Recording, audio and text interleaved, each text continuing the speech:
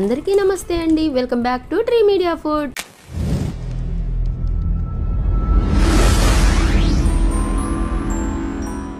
ఎలా ఉన్నారు అందరూ? ఇంకొక మంచి షర్బత్తో మీ ముందుకు వచ్చానండి. ఈ ఎండలకి ఈ షర్బత్ చేసుకొని తాగితే చాలా అంటే చాలా రిలాక్స్గా, రీఫ్రెష్గా, పొట్టకి హాయిగా ఉంటుందండి. మొహబ్బత్ కా షర్బత్, ఈ పేరు వినే ఉంటారు కదా. చాలా అంటే చాలా యమ్మీగా ఉంటుందండి ఈ షర్బత్. బయట షాప్స్ దగ్గర మనం చూస్తూ ఉంటాము, ఈ మొహబ్బత్ కా షర్బత్ అనే పేరు విని ఉంటాము.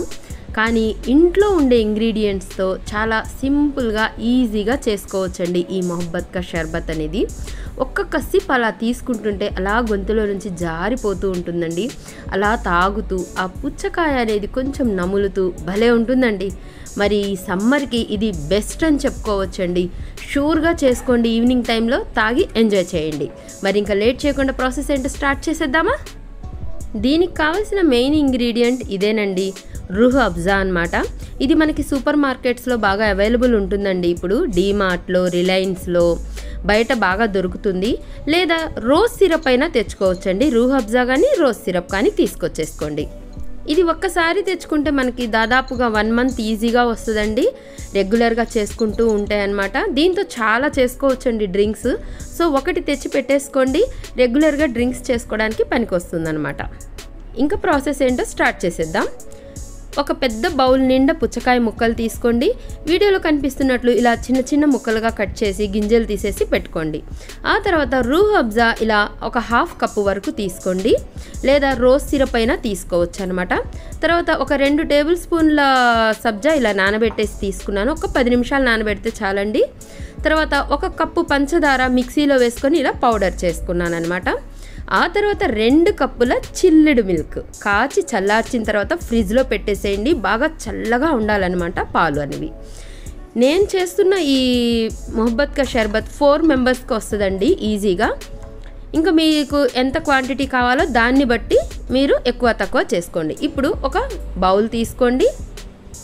బౌల్లో ముందు 1 కప్పు ఐస్ క్యూబ్స్ వేసుకోండి.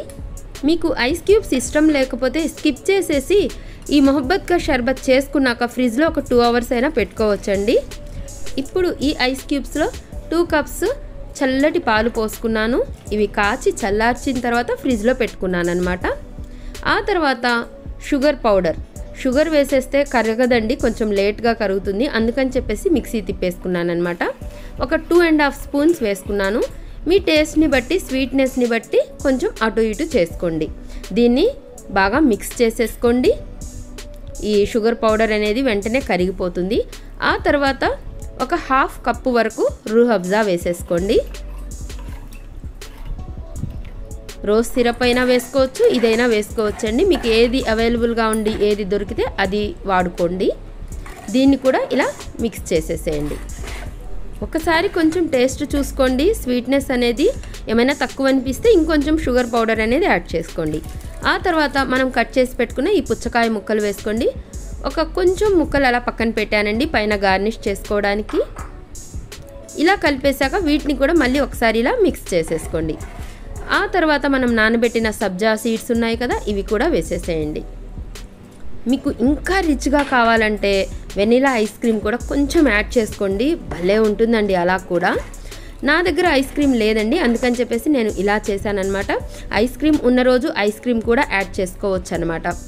దీన్ని ఇంకా చల్లగా సర్వ్ చేసుకోవడమేనండి. చాలా ఈజీగా ఉంది కదా. ఇలా సర్వ్ చేసుకున్నప్పుడు కూడా కావాలనుకుంటే 2 ఐస్ క్యూబ్స్ వేసుకొని సర్వ్ చేసుకోవచ్చు. నేను ఆల్రెడీ మొత్తానికి ఐస్ క్యూబ్స్ వేసాను కాబట్టి గ్లాస్లో ఇంకా ఐస్ క్యూబ్స్ వేయలేదండి.